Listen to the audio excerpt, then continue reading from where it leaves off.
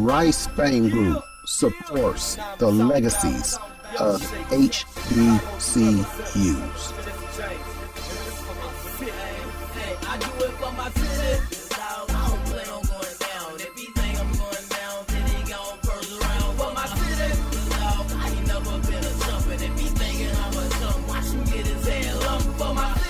This is Lacy L. Rice Jr. of Rice Fame Group. Welcome you to Chat with HBCU Champions, Season 3, Episode 3, featuring head coach Ashley Cordeiro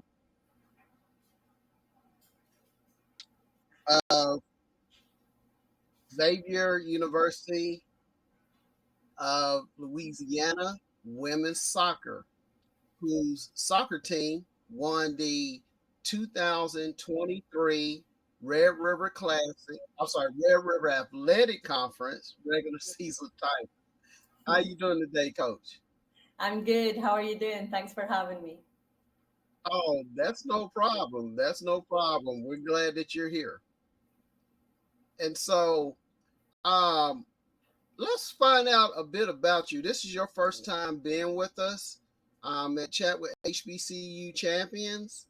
And we understand that this is Xavier's first year having women's soccer. That's correct. Yeah, this was an inaugural season in the fall. So we're still technically in our first year. We're in spring season right now. So yeah, fresh into it and enjoying it so far. Okay. All right. Well, tell us a bit about you. What's your background in soccer, and how did you end up being the coach there at Xavier? Yes, it's quite the journey. I'm originally from Scotland. I came over to America back in 2010 to actually play collegiate soccer myself. I went to a JUCO in Kansas, and then an opportunity came up to continue my last 2 years at a school in Oklahoma. I graduated there with my exercise science degree. And then it comes to a time you try to figure out what's next. You know, you've kind of done playing, and I was fortunate to play a couple of kind of like semi-professional level in the summer teams, one out in California, a couple in Oklahoma. And then it gets to the point, it's time to hang up the boots and, you know, get into the coaching side of things. So I was actually able to stay at my same school in Oklahoma to become an assistant coach while I was getting my master's. Also started a coaching club as well, little girls, you know, U10, and that fun kind of age. And after my 2 years there, then it was time to spread my wings, get into the head coaching side of things, take on my own program. And so back up to Kansas, actually. So I was kind of stuck in the Midwest for a while. And I was actually at a JUCO in Kansas for 6 years. I took over a program that was really struggling. Like the season before I took over, they actually did not win one game. So they were kind of rock bottom, if you will. And it took a few years. I knew it was going to take a lot of work, but a few years to get things going again there. And before I left, we were actually conference champions. We were regional champions. We were nationally ranked. And so I felt like I kind of took it to a place where, you know, I could take it the furthest, and then it was time to move on again. And this opportunity came up here in New Orleans. And I think, starting a new program from scratch, that's a challenge in itself. I was actually pregnant as well when I took over the job. So a lot of challenges all at once.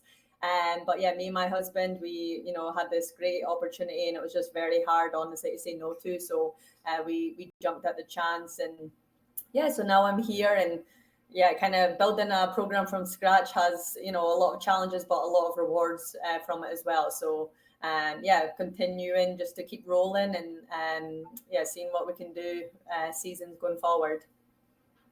Okay.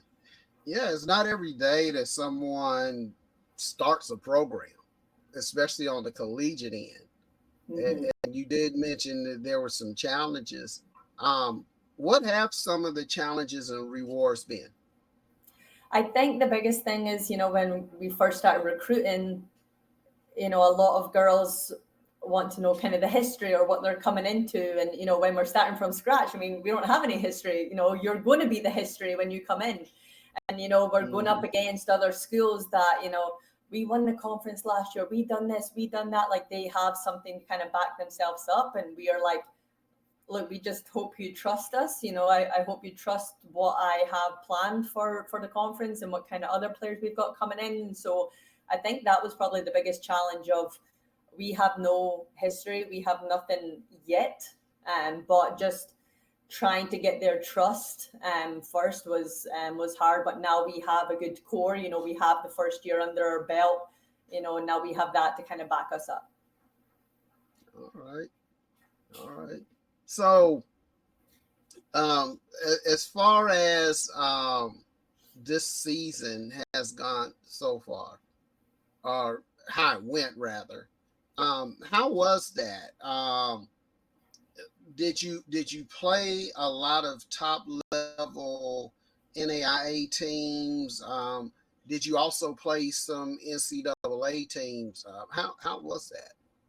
Yeah, so I officially got hired like the end of December, and when I started to work, everyone was kind of tailoring back, so it's Christmas time, and so I think January time was when I was able to speak to other coaches and try to get some sort of schedule put together. By then, a lot of teams have already made their schedules, so it was quite tough trying to fill in some blanks. Conference schedules always set by the conference, so obviously those games were all put into place, but we did want to play a couple of non-conference games just to get us ready to see what we look like before we get into conference. And so it was just trying and find some games around us, and I feel like we do have to travel a lot where we are to get some competition. And we started off right away with a top program in NAIA, Tennessee Southern. They were willing to make the trip down as well, and so it was great to host them. But they are a top program. They have been for many years now, and so I wanted to see what we would look like compared to someone at the top, because that's where we hope to get to. And so we wanted to see what the kind of margin would be from us to where we need to be. So that was the first game of the season, right into it with a bang. And you get kind of knocked off your high horse when you think maybe preseason's going well, and you're like, oh, yeah, we still got a lot of work to do. And so I'm really glad we played them, and we hope to get them on the schedule in seasons to come and going forward as well, because we want to compete against the best. If we want to be there, we need to play against them.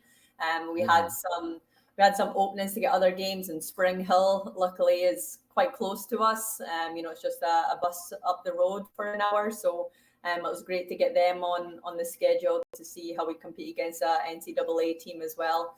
I think the first year was just, hey, we need some games, we need to see where we're at, and then now we've kind of made a name for ourselves in the first year. People start to kind of know about us in the Red River and whatnot, so we're hopeful it's a bit easier to try and get some games for the seasons going forward. Okay. Yeah, all right. Well, that sounds very interesting. You starting off with a powerhouse, right? I know. Everyone thought I had lost my mind. But you said they were willing to travel, though, right? That's it. Yeah. I mean, I don't think we were up for traveling, the 7-hour journey up to Tennessee, but if they're willing to come to us, it's great to be able to host, a home opener and get a bit of crowd out and enjoy kind of hosting a game. So yeah, starting off with a tough one last year. Now, did you said that you're close to Spring Hill and they're in Mobile? Yeah. How far is that? I think it's around an hour and a half. I don't think it's more than 2 hours or so. I feel like we've been traveling so long, everything's kind of jumbled up. I know it was one of our closer games, which is nice. Right. Okay. Yeah, because most of your opponents, I guess to speak about your conference, most of your opponents are in like Texas and I mean, and I guess many people probably do not realize how big Texas really is. Yes. Yes. Yeah. Until you actually go there and have to actually, go between cities and Yeah, you can't just say I've you're playing lived in there. Texas. You have to say the city. Yeah, yeah. Yeah. Because I lived in Texas for a brief period. Hmm. And I mean, I had traveled there before in the past, but I really had no idea how far out, how far spread Yes. everything was out there. Yep. And It's spread so, out. uh, yeah. So is that how the conference is for the Red River Athletic Conference is really spread out? Being that a lot of, I think, what most of the teams are in Texas, right?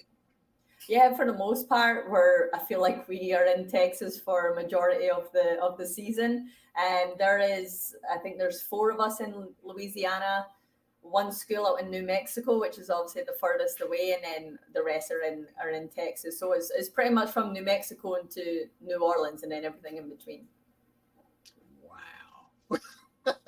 Yeah, a lot of traveling. Oh man. So how did the ladies enjoy that? I mean, did they enjoy the traveling or was it taxing on them? Yeah, I mean, I think, we did have a lot of transfers that came in that maybe played at a JUCO where every game was, an hour or two away. So they never really got that environment of staying over in a hotel or, getting that kind of team bonding that you do get on the road as well. So I think for the most part, they enjoyed that, being able to be in a different city. We were in San Antonio. We got to see the San Antonio River Walk. We had a day out there. So we got to do a lot of things that we probably wouldn't been able to, if we can't travel that far. So and that was good. I do feel like 4 days on a bus on the road, trying to catch up and stay up to date with school work and whatnot, and does take a toll. By the end of the season, we were glad to be able to just be in Hattiesburg, an hour and a half away for nationals rather than having to get on a plane or have to travel too far. So that was probably our closest game actually near the end of the season, which was nice. But yeah, so I would say they enjoy it. It's fun. But yeah, after a while, you're ready to just kind of get back, be in your own room, get your own shower, your own bed for a while as well. So Okay. Well, tell us a bit about your team. Who are some of your key players? yeah, I mean, we've got honestly a strong squad. I can talk about every single one of them. I think everyone brings something to the table. We're big on making sure we have the right fit and the right players, the right people here. And so, yeah, everyone brings something to the table. I'm super happy with everyone that we've got. A couple that stand out, like our two captains, Lucy Schroeder and Tess Wieselick. They're both juniors this year. They both came in from top JUCOs, and they are players that stood out a lot this year. They got a lot of recognition from our opponents, a lot of individual awards at the end. Lucy had honestly an outstanding season. I think she got every award that you could have. And the best thing about her is she's a great player, but she's an even better person. She is the most humble, you know, thank you for my award, just wants to get to work, is ready for next season already. So I think that's why, everyone just loves her. She's just the most humble, hard-working player, and someone that, every coach just wishes they had on their team. And so I'd say they were big standouts. As far as freshmen, we had a lot of great freshmen this year. We've got two sisters from Germany that played in the back, started every game, and was a huge anchor of the team in the back line as well. And Millie and Maui, obviously with them being freshmen, it's great to think, we've got them for another 3 seasons, especially if they had, a great freshman season. They've got that under their belt now. So yeah, we've got, a lot of great players. Honestly, I could talk about every single one of them. They are, just great for what we need here. We've got a lot of girls that transferred in from JUCOs that played at high level, have been to national tournaments, and whether they were All-Americans at their previous teams or just understand the pressure. It was important for us to bring in those kind of players so they can help, bring some experience to a brand new program. And then obviously some new freshmen that came in, and that is just, fitting in straight away, which is great. So yeah, I'm really happy with the team that we have. Okay. So you mentioned the two young ladies from Germany. Did you have many other foreign players? Yes, we actually have quite International. a lot. Yeah. So we have actually 5 from Germany. We have someone from Brazil, Japan, Australia, Mexico. Yeah, so we a lot from England as well. So yeah, we have quite the culture. Lots of different cultures, lots of diversity on the team, which I love. We are constantly learning from each other. Wow, that is amazing. That Yeah. is amazing. And so were most of well, the freshmen, how did you connect with your freshman international players? Um, I think the biggest thing is I always try to create like a family like environment. I think that is so important. It's honestly like number one for me, just to create this environment. I mean, I'm not from here, my husband's from Brazil. So, wherever we are, that's our home here as well. And like our team is our family. And so we really buy into that as far as making sure the internationals know that this is their home away from home and we're here to help in any way, even if it's just they need to go to, the farmers say they need to go to the bank, coach is always there to give them a ride anywhere they need. I think making sure their parents get to know us as well during the recruiting process so they know exactly where they're sending their daughter. I think that's huge. And then once they get here, we've got girls from all over, not just international, but we've got girls from Oklahoma, Maryland, Florida. So they're far away from home as well. Obviously they don't really have to get on a flight. Some of them can just drive home. But the fact that they're not from here, we have to create that family environment that everyone on your team is your sister. Everyone here's got your back. And just making sure they feel safe and that they enjoy being here. And I think the biggest thing is we're all here because we love soccer. We've all got this one love of soccer. And once they get here, then they start to realize, oh, we also have this in common. Or, we're both graduating, looking to major in this, academic major. Or we both love to go skiing. Like you start to know that so much more than soccer. Soccer is our one love, the one thing that brings us all together. But once you actually start to get to know each other, you just start to get to know each other more than just as a soccer player. You get to know each other as people. And so, yeah, the biggest thing is we just try to create that environment, lots of team bonding, lots of just trying to get them out their shell and just to get to know each other off the field as well. So we do a lot of team bonding, game nights, that kind of stuff, just to bring us together. Okay. Excuse me. And so you mentioned that you have a lot of young ladies from a lot of different cultures, and I think that is fantastic.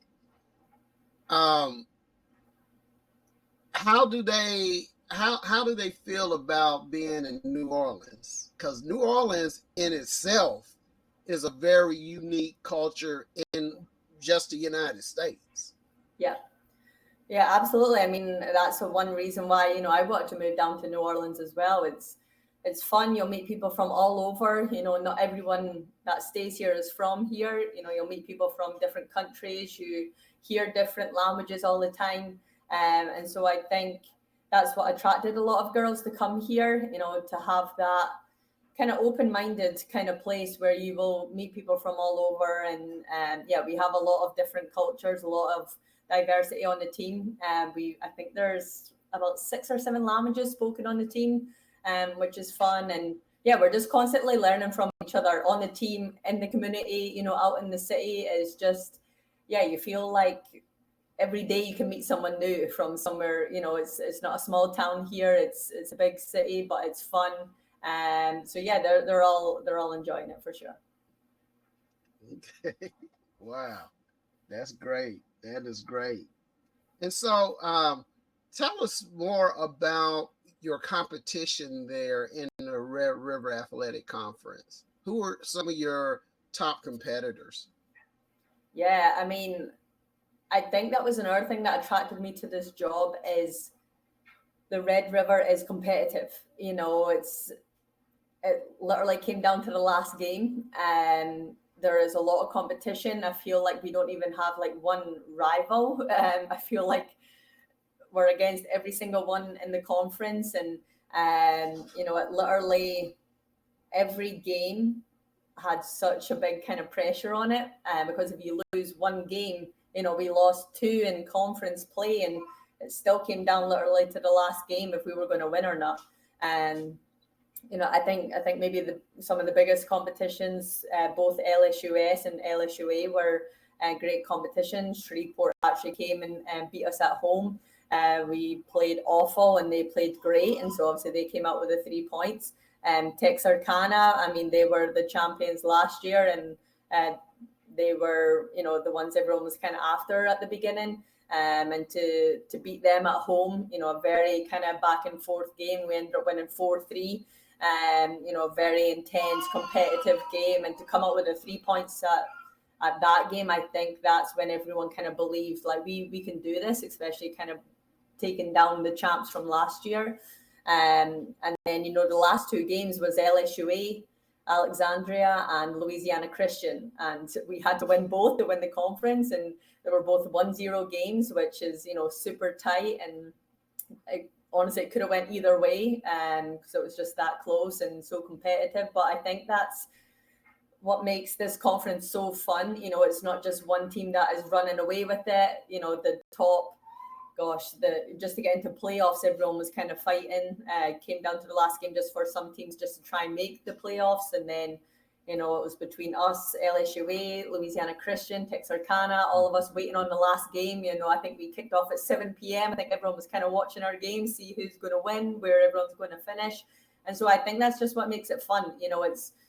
It's not one team running away with it. We're all competing, and literally every game means everything. So yeah, lots of competition. Yeah, it was fun. Okay. So how many teams from the conference went to the national tournament? It's a top 8. So top 8 go, and the top 4 host. So we were able to host, which is a huge advantage, especially because it was actually the New Mexico team that came 8th. So they had to travel all the way to New Orleans, which is obviously quite a disadvantage. You're on the road for, it feels, 2 days. And then obviously we were able to host. We won that one, so we went to Texarkana. So they put in a bid to host the conference tournament semi-final and final. So we were back on the road for that one, but top 8 go. Okay. So tell us more about your postseason. How did everything go after the conference championships? So when we went to Texarkana for the conference tournament, we actually lost in the semi-finals to LSUA. I think they kind of got revenge from us winning in regular season against them. So they beat us, so we were out of the tournament. But thankfully, with us winning the regular season, we had already had an automatic bid to go to national tournament. So, after the game, girls were crying because we just want to win every game. We want to win the tournament too. But to know that we still had a season to play was, very encouraging and still motivating.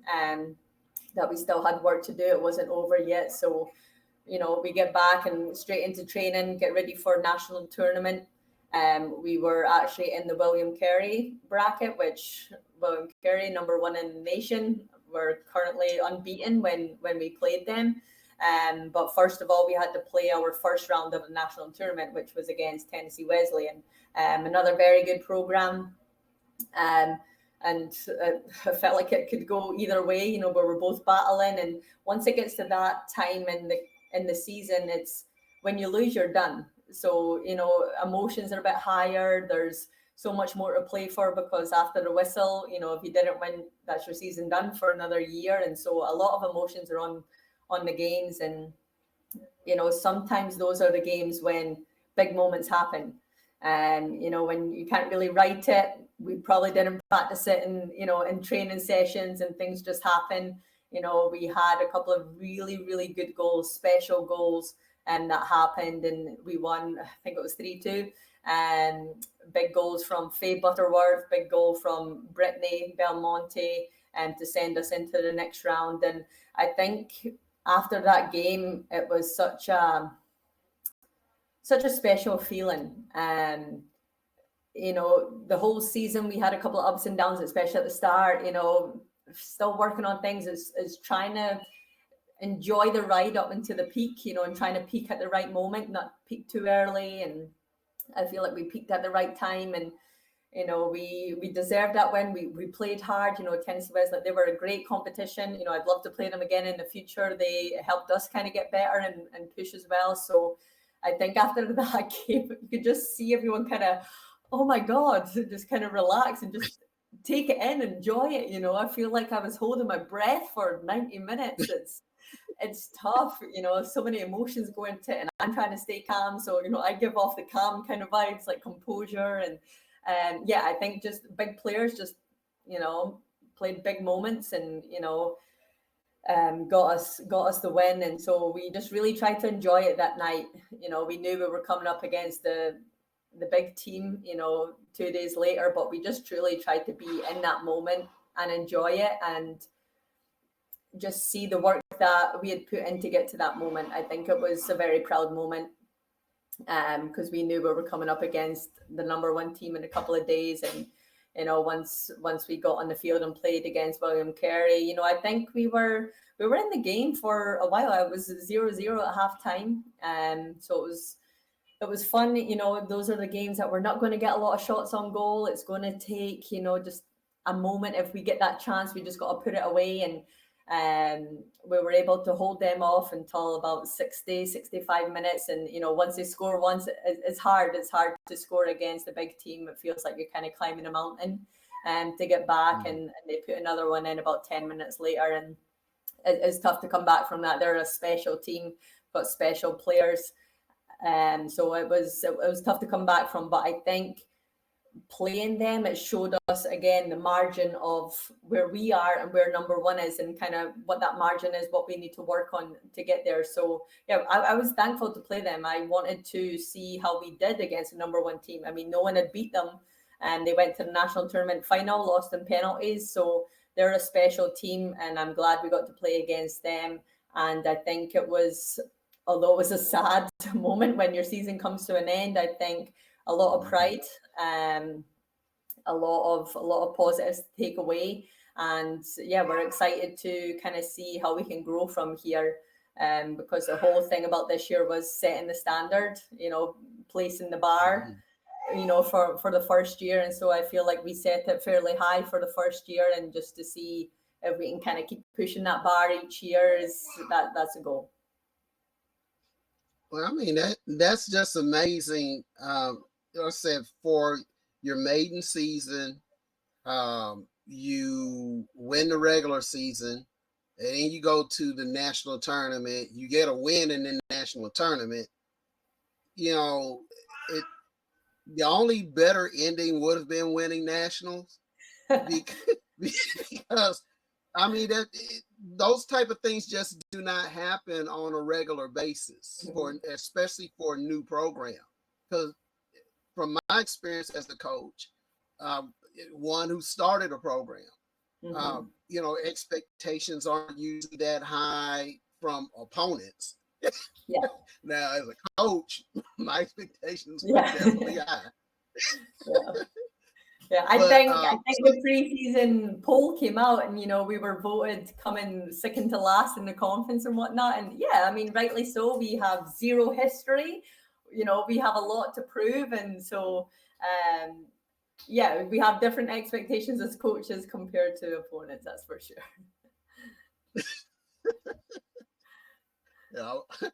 I bet you won't be next to last next year. We'll see what we get voted. Well, do you have everyone coming back? We have a couple that graduated early. So we are probably missing about 4 from the team this year. But for the most part, a big core, of the group are all coming back. A lot of starters are coming back. We've got a few very exciting players coming in this fall. So a lot of the players will be coming back. A lot of the same names you'll still hear next year. So we're excited about getting a good core group back. Okay. Well, tell us, you don't need to mention names, but tell us about some of those players you have coming in. Sure. We actually have a local girl, which we're super excited about. We want to get a lot of girls from around this area. There's a huge market here, and especially being the only collegiate soccer team here in New Orleans, we want to get those players. We want them to stay home and play here. So we're excited to get a local girl coming in. And we also have a couple of JUCO transfers coming in, great experience from where they just played, some top JUCOs. A couple of those are actually national team players for their respective countries. So yeah, as far as kind of experience coming in, and just to continue with that competitive mindset of still trying to take the program as high as we can go. And we're excited about them coming in. Okay. Well, let's switch things up a little bit. I've interviewed other coaches from Xavier, and I mean, all of you have been wonderful. But let me hear from you what your how you see Xavier. What kind of school or institution is it, in your opinion? Sure, great question. I think, and this is another thing that attracted me to be here at Xavier, is it's like we just demand excellence in every kind of part that you play, whether you are a member of, faculty, staff, coach, and as far as our student athletes, they're required to be good in the classroom, our academic, and we're very high academic, to get a degree from Xavier is very respectful, and we have great representation of going on to medical school students here. So yeah, as far as our academics is very high driven, and then athletics is the same thing. We're expected to be excellent on the field as well, and every sport here is fun to watch. You probably interviewed a lot of the coaches because they are champs. I know we just had PK on the show as well, and it's fun to be in a place where we're demanded the best of ourselves, and that's how I am as a coach. I want to get the best out of my players, how they are as people and as players, want them to be the best version of themselves. And so I think as an institution, that's, how we are. We're just trying to push each other to be the best that we can be and represent Xavier as an institution nationally, in that kind of high regard. So yeah, it's a pleasure to be here. I love working here, and especially surrounded by the fantastic coaches that we are. I feel like we can learn from each other daily. So Okay. Well, I mean, it can't be easy when your athletic director is a is a perennial winner in her sport. And, I mean, and I applaud her. I'm glad that she got that job, especially after being the interim last year. Um, but then to see that, pretty much ever since she's been at Xavier, she's won. yeah. And so, if I'm a coach there, I know I can't slack off because No, that's it. I mean, talk about setting the bar high. I mean, she set the bar, and the fact that she can do two jobs, both at, that kind of level, and yet someone, obviously we all look up to. And when I first got hired, that's when she became the interim. So, learning a lot from her. I'm sure I had her on speed dial at that point, all the questions, and she's very knowledgeable and been in it for a long time. And yeah, so she's someone that we're constantly learning from as well. Okay. Yeah, and I know Coach Caston, he's also been a regular on our show. And I think he might have been the first coach who won a national championship who I interviewed. Yeah. So like I said, I know the bar is up there for you. Oh yeah. Yeah.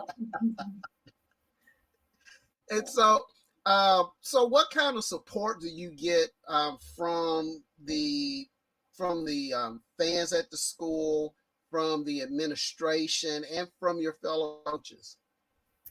I think everyone is so accessible. You know, if we have questions about anything, I mean, we're all in the same building, you know, we're all just doors down from each other. So I think as far as anything we need to be answered, we can find someone, whether it's a coach, whether it's someone in administration, whether it's VP Wright, who's very accessible and very supportive. You know, I feel like someone knows the answer, and it's just, you know, trying to figure out, you know, who you got to go to get there. But yeah, we've all got each other's back. We're always trying to help each other, and if someone doesn't know the answer, we'll point you in the direction of who does. So yeah, I think being in kind of the same environment, the same building, we're all right there next to each other, definitely helps. Okay. So it pretty much seems like Xavier is one big team, which I know, a lot, there are a lot of athletic departments that are like that, but then on the other hand, there are a lot of athletic departments in which coaches are always competing against each other. Mm-hmm. So that's great to hear. Yeah, I mean, obviously I'm the women's soccer coach, but I'm a huge fan of men's soccer, of cheer, of basketball, of volleyball. You know, I want Xavier to do well. I don't want just women's soccer. You know, I want to come from the athletic department where we're proud, you know, and we're a fan of each other. And yeah, any chance we get to go watch or support or just hype up another team, and we're all about it. So Okay. And I mentioned this with Coach Kendrick because another coach there told me about this. So have you witnessed this at your soccer games? I was told that Xavier students have a tendency of bringing their laptops to athletic events and working, especially when there are breaks in the action. you know, I see that a lot at the indoor games, basketball, volleyball. That is absolutely correct. I will say soccer. I mean, we're playing out there in 100 degrees heat. I don't know if your laptop would keep working at that heat. I mean, we're just trying to keep working ourselves. So, no, we see that a lot at the indoor games for sure. Yeah. Okay, okay. Well, once again, that's one of those things that makes Xavier special because you don't see that at other schools. Yeah. And so I applaud those students there at Xavier because that's primarily what it's all about. You go to college or to university to learn to be a student first. I Yeah. mean, if you're an athlete, then that's why they call it student athlete Exactly. because you're a Student comes student first. first, athlete second. Right. And I mean, in any other, fraternities and sororities and other organizations, you're a student first before you Mm-hmm. can in those organizations. So Yeah. I'm glad that Xavier is setting that standard, Yeah. setting that example for others. Because I just I can just imagine what your opponents are saying when they see students there doing that. Well, they probably remember, oh, yeah, I do have an essay due tonight. Oh man. And so let's switch back to soccer.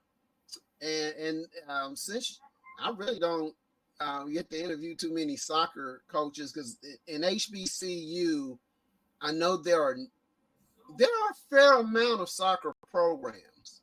I think the SWAC Yeah. has a soccer championship. Um, but I never. Okay, so like I said, I'm a coach, and I coach track and field. And when I was coaching on the high school level, we had to have a lot of training on concussion protocols. And I actually had a student athlete who I had to practice that on because of something that happened in the weight room. Um, they said soccer actually has higher concussion rates than football. I also heard that basketball was very high, which Right. all of that blows my mind. But I know, yeah. so how do you manage that in soccer? I think we're very blessed here at Xavier that we each have our own athletic trainer. So Dre, he's our athletic trainer. He is with us every practice, every game. He comes on the road with us. I know not every program has that. It feels like a luxury. I mean, just at my last program, we didn't have our own trainer, and so we were just out there at practices by ourselves as coaches. And so as coaches, it's required to do all your first aid, all that kind of stuff. So we are aware and know what to look for. But just to have that other set of eyes, someone that's actually trained, obviously higher in that kind of area, is great to have. But yeah, it's real. It's something that's taken a bit more seriously these days with the concussion. When I played, I mean, rub some dirt on it and keep playing, and it's a lot of longer term issues that can arise from those kind of things. So I'm glad it's being taken seriously, and yeah, there's a lot of protocols in place for that. So yeah, Dre is pretty much in charge of those kind of things, and yeah, we're just super glad that we have that at Xavier, those resources. Okay. Yeah, because when I grew up, when I was younger, soccer wasn't as popular a sport. I think it was like an emerging sport as far as Mhm. popularity. In my neighborhood, there were one set of brothers who played soccer for an organized team. That was it. One Wow. there was one set of brothers, um, Wow. and so, but I did learn some things from them because um, they were one of the people in our community who had a basketball court.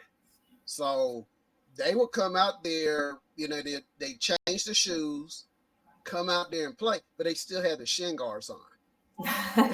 So, and so that was always a question. Well, why are you wearing those shin guards? Hey man, they keep you right in your shin. And so those things did not register when I was young. But growing up, I've come to learn soccer is a very physical sport. Oh yeah, it's a contact sport. Yep. Yeah, sometimes Now, you don't always now, come out the other side healthy. It's tough. Mhm. now you say it's a contact sport, but it's not supposed to be a contact sport, right? I mean, it's different. Basketball is not contact. If you make a little contact, it's a foul. Whereas we can get a bit more hustle and bustle. Out there we can rub a bit more shoulders and kind of barge in. And I mean, there's different sets of fouls, and it depends on the referee whether they think it's a foul or whatnot. But yeah, it can get pretty physical out there, especially if it's two competitive teams. Especially Mm-hmm. further into your season as emotions get Mm-hmm. heightened, and the better the competition and just the closer the game, yeah, it can get, quite physical. Okay. So tell me a bit about how women's soccer has developed over the years. Because once again, when I was young, I I was I was a youngster in the Pele era, and Hmm. so I remember seeing Pele play on television for the Cosmos. Yeah. And he was actually one of my favorite athletes. Yep. But there wasn't, there was no emphasis on women's soccer. I didn't know if they had organized women's soccer back then or not. So how has that evolution taken place? Gosh, women's soccer has, yeah, taken off and is developing. I mean, year after year, it's just getting bigger and better. And I think that Mm-hmm. was one of the main reasons of why I first wanted to come out to America, because women's soccer was respected over here.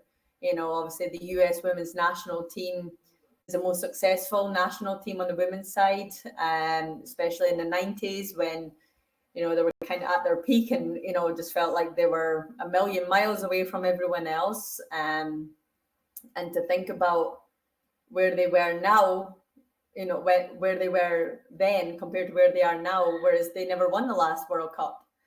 Spain won for the women's, and so it's like the US is still getting better, but everyone else is catching up and getting better overseas. You know, Europe has actually taken an interest in women's soccer, putting a lot more resources and a lot more money into the women's game. And so I feel like it is still so far from where it should be and where it will be. But the fact that it is on this, you know, upward scale is exciting.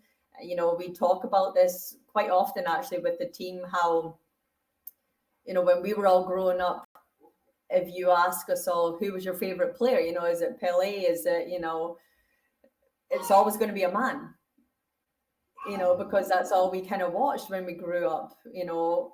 And now the women's national team, I mean, it's so elite that all you see all these girls going about with their Alex Morgan shirt on or Rapinoe shirt on. And, you know, maybe now when you ask a little girl, who's your favorite player? You know, they are going to say a women's player. And I feel like that's exciting, especially as a woman myself. You know, I've got a daughter, and you know, I want her to be able to see women's players growing up and having it on TV and seeing them get the recognition and the credit they deserve and the money that they deserve, you know, the salaries. And so to talk about the difference, I mean, it is just crazy. And you know, even to talk about, you know, here at Xavier, we're a HBCU, and to see where the women's national team has grown from. I mean, I think I can count on one hand how many Black US national team players we had before. We had one, I think it was Brianna Scully, like she was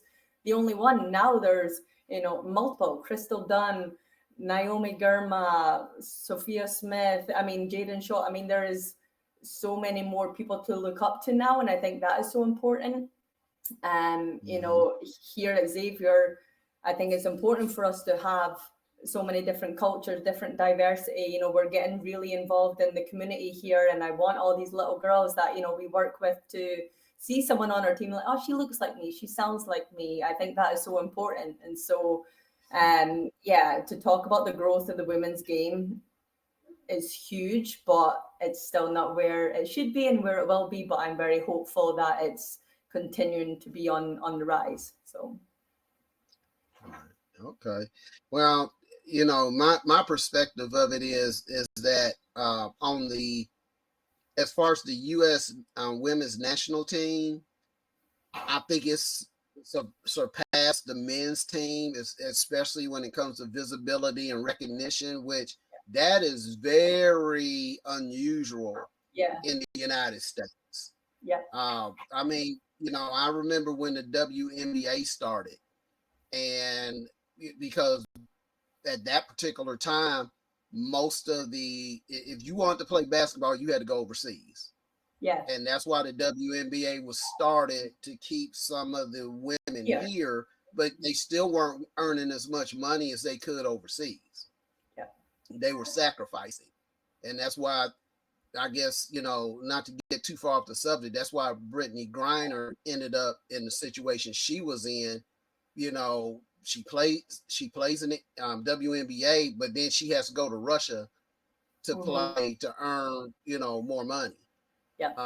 Which, you know, that is definitely unfair. And I do remember the women's national soccer team fighting for pay equality, and I'm, you know, I applaud their efforts because they earned, like I said, they had higher ratings than the men.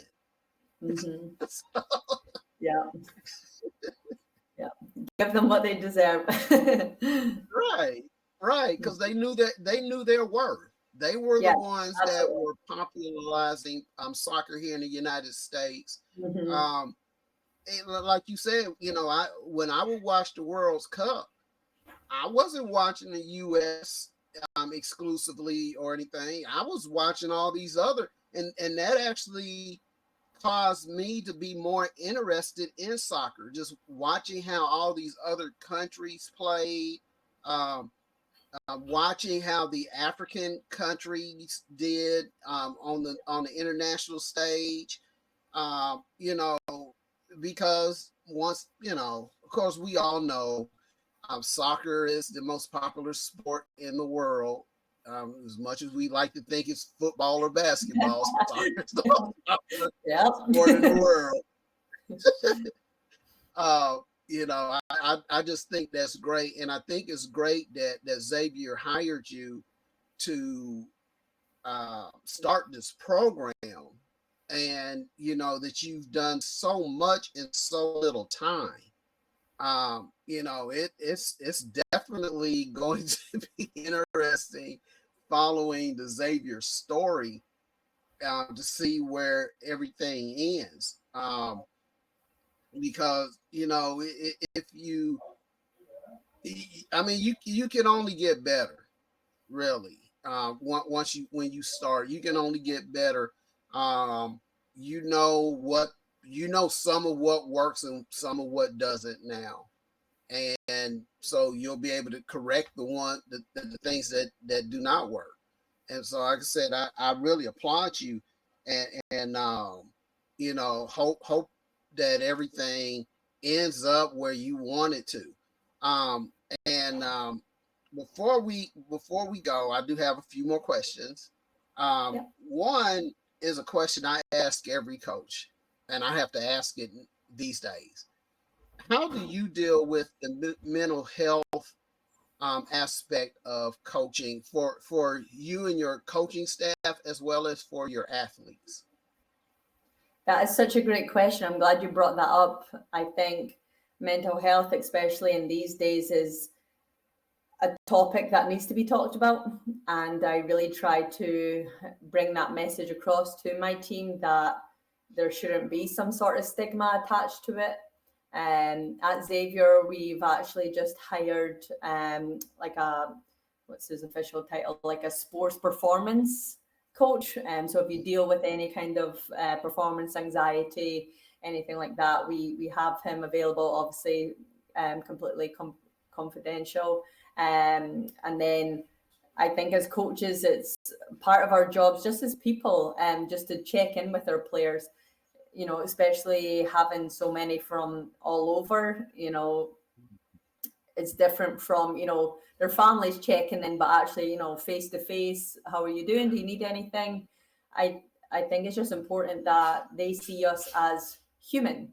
We're coaches, we have emotions too. We're not robots. And so I think once they get to see you as a person, and just to slowly try to build your trust with your players, and so they can open up about anything and that they feel comfortable with. I think that's important. And I've always been open with my players if they're struggling with anything. If you need a day off, away from practice, if you've got some personal things going on, that's okay. It's life. It's not, soccer isn't be all end all. I think in order to get the best out of your players as people and as players, that you need them at their best. And there will be a lot of them that go through personal things that may affect their performance or affect their academics because their mind is elsewhere and they need a bit more kind of help, resources.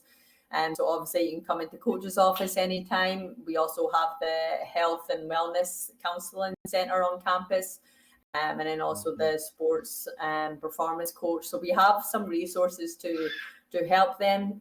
We also, from my previous school, actually, we have a mental health speaker that used to come yearly just to speak with all the students. And I am working to try and get him down here at Xavier, not just for women's soccer, but for the whole athletic department. He's actually a former coach, so he knows how to speak to student athletes as well. And so, I'm always trying to find ways of how to dig deeper into the mental health aspect, whether it's taking courses online and to get more information, be more knowledgeable, is important as well. So I'm glad you brought that up because it is huge in today's world. It really is. Right. Okay. Well, there's a couple more questions before we go. One, tell us a bit about your coaching staff. Yeah, so my coaching staff consists of Justin, and he's my assistant, and he is primarily with the goalkeepers because he is knowledgeable in that more than me. So we trust him just to do everything with our goalkeeping. He also helps with recruiting and kind of day-to-day stuff as well. So great to have him on staff. Also, Lucas, he is kind of like a part-time assistant with us. He's the men's full-time assistant. And then he helps out a little bit with the women's side. Same with Justin, he'll help out the men's side. Lucas is actually my husband also. So I may be a bit biased when I say he's a great coach also. So yeah, we're great to have, you know, some fantastic coaches on coaching staff. And then also we have our strength and conditioning coaches, Matt and Sophia, who are very knowledgeable in their field and that we're really happy to have on board too. Okay. Well, who are some of the biggest influences in your career? Oh, are we talking like famous or like anybody. who? I mean, I think as a coach, you know, I'm always looking to see who I can take ideas from. I think that's how we become coaches, is we look at other coaches. They don't always have to be soccer coaches, you know. We look at coaches and see how they are as people, how they come across, how they deliver messages, how they get the message across, how they, you know, there's so many factors that go into coaches. And so I think just as I'm always on my journey, whether I've been coached or working alongside coaches and coaching licenses, anything like that, I think I am just always trying to take little pieces, you know, that I see from other coaches. You know, there's been a couple of great coaches that I've been on coaching courses with that I've, you know, really enjoyed just taking little bits from. And I think, you know, my JUCO coach, Sammy, he is one I will always come back to. He was just such a huge factor in my life and why I wanted to get into coaching to begin with. So I think, you know, just how he was and, you know, the little bits I can take from him that kind of follow me in my coaching career is huge as well. So yeah, he's been a big influence for me. Okay. All right. Well, let's follow that up with this is your time to give shout outs to anyone you want to shout out. Oh, that's sweet. Gosh, just put me on the spot. I mean, I don't know. I mean, I thank anyone that is just supportive of not just myself, but Xavier, you know, our women's soccer team. We've got families from all over the world that wake up at 3-4 in the morning to watch us play. And so I think, you know, the families of the players is just a huge shout out to them, you know, a huge thank you for allowing their daughter to be here and allowing me to have the opportunity and the pleasure to coach them. And then all of our staff who help make this thing run. You know, it takes a village, whether you're, you know, a coach, a trainer, sports information director, whether you're taking pictures, making us look good on social media, whatever it may be. If you're part of, you know, this team, this program, you know, a huge thank you to that. And lastly, just the players, you know, a huge thank you to them. Shout out to them for working hard, wanting to make history here at Xavier. I think it's huge to be here the first year. You know, no one can ever take that away from you. You know, winning the conference, all their hard work is paid off. And yeah, my husband Lucas and my little daughter Camila just being my motivation every day. All right. Well, we definitely want to thank you, Coach Cordeiro, for coming to our chat today. It was very enjoyable and informative. And we will definitely keep tabs on your program to see how it develops. And we do wish the best for you in those developments. And we also want to thank you, the fans who tuned in to watch our chat with HBCU champions. Without you, this wouldn't be possible, and we wouldn't want to do it actually without you. So we do thank you to fans as well, and we just hope that HBCUs everywhere benefit from these chats to see what level they need to raise their programs to if they're not already there. With that, thank you very much, and have a blessed day. Thank you so much for having me. This was fun. I appreciate it, Lacy. Thanks. Yeah. Now I'm talking about young shakes. Chicago to represent. Just a change. And this is for my city. Hey, I do it for my city. Dog, I don't plan on going down. If he think I'm going down, then he gon' first round for my city. Dog, I ain't never been a jumpin'. If he thinking I'm a jump, watch him get his head up for my city. Dog, I don't plan on going down. If he think I'm going down, then he gon' first round for my city. Dog, I ain't never been a jumpin'. If he thinking I'm a chump, watch him get his head up for my city. Cause I feel like I love her so much, like I owe her so much for supplying her touch. I will always respect her, I will never neglect her. Bet you hear her naming like every one of my records. No, I'm not stunting, ain't no future in your frontin', right? Gotta get this money, watch me get it all night. Planet flying top flight, higher than space stations. That's why I gotta grind, cause I need it and I hate waiting.